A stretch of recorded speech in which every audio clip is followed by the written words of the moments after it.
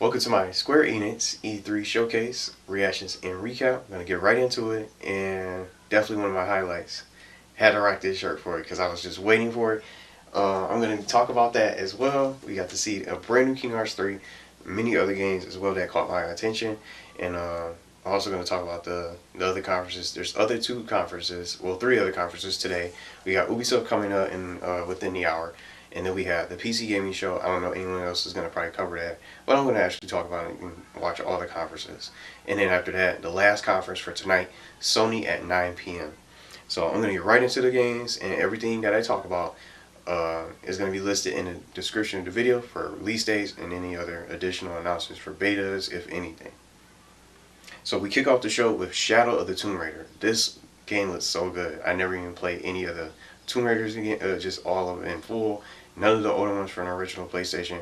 I think I played one of the demos, at least. I forgot which one it was. Maybe it was Tomb Raider 2, or maybe one of the other ones. But I wasn't really sure. I haven't really played any of the other games. But this game definitely looks like the best Tomb Raider of them all. Shadow of the Tomb Raider coming September 14, 2018. Featuring new techniques, more deeper tombs that are even more deadlier, as mentioned from the showcase, and even more things and even more content for the game. Final Fantasy Under the Moonlight, Final Fantasy 14 Under the Moonlight DLC announced. Monster Hunter Cross Final Fantasy 14 coming this summer 2018. Looking pretty good. Who knew that they would do that though? Monster Hunter World and Final Fantasy 14 put together. I'm playing this game. I already mentioned this before from Microsoft's Awesome Adventures of Captain Spirit coming June 26th, free to play on all platforms, PS4, Xbox One, and PC. June 26th, the makers of Life is Strange. I love the games. One of the most unique games I ever played. I'm really excited for this one. Just another game that I really like alongside of Tomb Raider, and then I'm going to get to the others. Dragon Quest, like this game, for example. I love Dragon Quest. I love these JRPG games, and just when I play them. And I recognize the music, just everything that was just being showcased from just the E3 conference. Dragon Quest Echoes of an Elusive Age, September 4th, 2018. And then it's going to be also alongside of that, Dragon Quest Echoes of an Elusive Cross Final Fantasy Brave Exvius, also coming September 4th. So two different Cross games.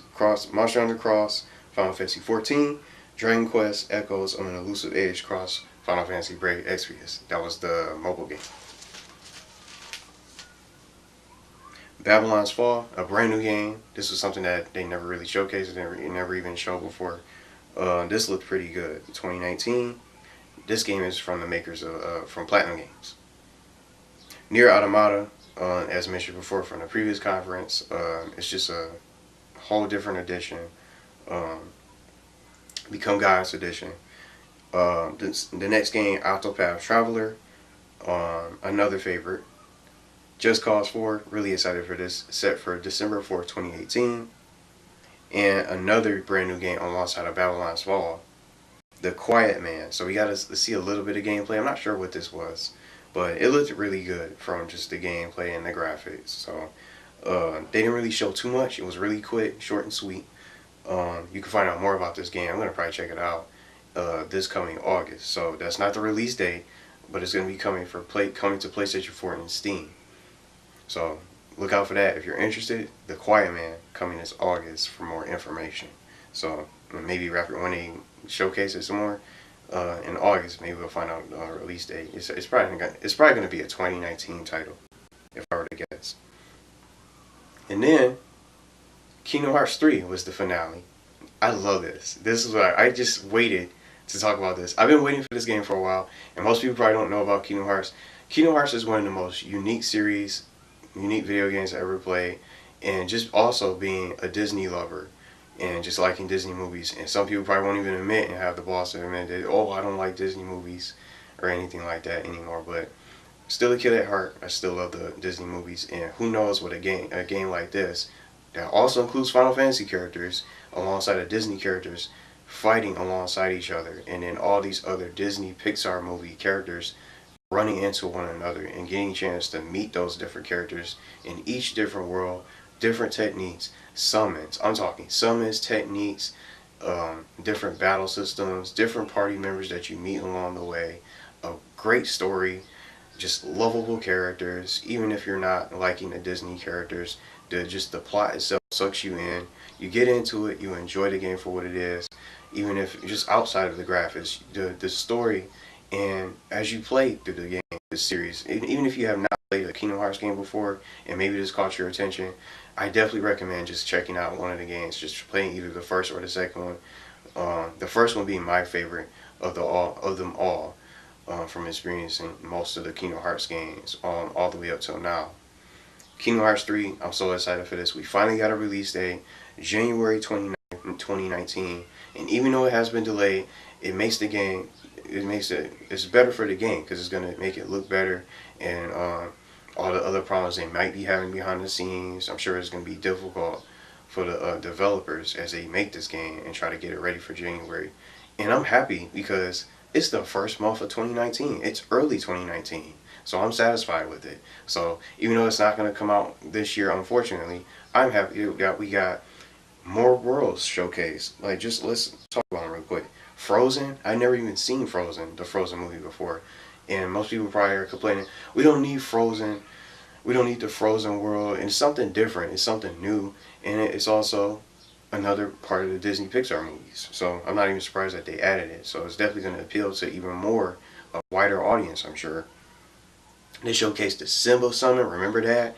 From the original Kingdom Hearts game. He was also, first he was a summon, and then in the second one, they had the Pride's Land, or the Pride Lands, for Simba's world, where you could play. It was just so unique. It's just amazing. And then one of the Organization 13 members, one of the antagonist characters, Zigbar, was showcased. It's just so many things that they showed from the first time was just so many new things. So you can check it out. I definitely recommend it. Zigbar, one of the Organization 13 members, Xehanort, and many other characters. King Mickey, Riku looked amazing from the ground up. Just the graphics, just the colors, the music, just so much nostalgia, and it just brings the excitement just being a fan of Kingdom Hearts. And even characters like Aqua, I even played the game a little bit late. It was the Kingdom Hearts Dream Drop Distance, and all the other games, collections, 2.5, Remix, all those different games as a whole I ended up playing. Aqua's was another one of my favorite characters. King Mickey being one of my favorite characters alongside of Sora, and then Aqua. Those are my top 3 Kingdom Hearts characters for sure. But just watching this is just the whole game, the last game that they showcased for the conference, and it was just that amazing. Just seeing so many different characters, and the new worlds coming together. Toy Story World, I can't wait to play on that world for sure. I'm excited for that. I love Toy Story. I can't wait for Toy Story 4 coming out next summer. What we got coming out in this week? I think we have Incredibles 2. So I'm really excited for that. I'm surprised they didn't add an Incredibles world to Kingdom Hearts. Maybe that's probably going to be something that they add into it. They probably didn't showcase it yet. Maybe they'll show it later this year. Even more worlds that we don't know about. Monsters Inc. is also in Kingdom Hearts 3. So that was just the whole conference. I just really loved it. I really enjoyed it. And sure, they weren't on stage. Sometimes you don't really need the conference. You don't need to be on stage to have a good showcase.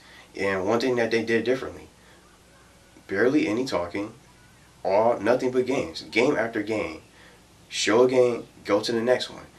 Show a game, there's a release date or a release time window, or maybe some more additional details about the game. A gameplay trailer. On to the next game. That's something that they did a lot faster compared to all the other conferences that we watched so far with Microsoft, EA, and all the others so far. And we still got a couple conferences, but am I going to say they have the best conference? I'm not picking any winners this year. I personally like and have enjoyed all the conferences this year, even Devolver Digital's last night, even though it was short, 15 minutes, 20 minutes. Definitely something just for laughs and just for something not to take serious. It was still something just for pure entertainment. I'm loving E3 this year. I don't know about you guys. Let me know what you guys think about this year's E3 so far, or what you're looking forward to tonight. And for this year, maybe a little wish list if you have one. But I got what I wanted to see so far for some of my favorite games. And now I want to mention this really quickly. No Final Fantasy VII Remake, but Am I disappointed for not seeing it for Square Enix? Not really, because the Final Fantasy VII Remake was first showcased during PlayStation or Sony's E3 conference. So it's probably going to be here tonight, I'm sure, for the Final Fantasy VII Remake. I'm sure they're going to show that. And a lot of people are really getting excited for that. It looks so realistic. It looks like a movie. It almost looks like it belongs on a brand new console. But it's just so much to look forward to. There's so many different games coming out wherever you play on, whatever you choose to play, and whatever you choose to get for video games. It's a great year and a great time to be a gamer. Every single time E3 comes, and once a year, it's always stuff to get excited for. All the games to pick and choose from. And even if you can't get them right away, you'll just be able to decide what you want to get for the future, or whatever games that you might want to get right from now and on to the next year. There's just so many different games of variety, and that's what I love about E3. So I thought I'd just mention that. So thank you guys for watching. I'll be back with Ubisoft's press conference, then the PC Gaming Show, and the Sony press conference to wrap up today. And I hope you guys are enjoying my E3 coverage, and feel free to check out the conferences. And if some particular games in particular that you're looking for, you missed the Kingdom Hearts trailer and all the different things that they showcased that you wanted to see, go ahead and check it out. I'm sure the trailers are going to be out there as well. Or you may want to watch all the rest of the other conferences just to catch up. But thank you guys for watching. Leave a comment. Leave your thoughts, what you thought about Square Enix, and maybe some of your favorite games so far for this year.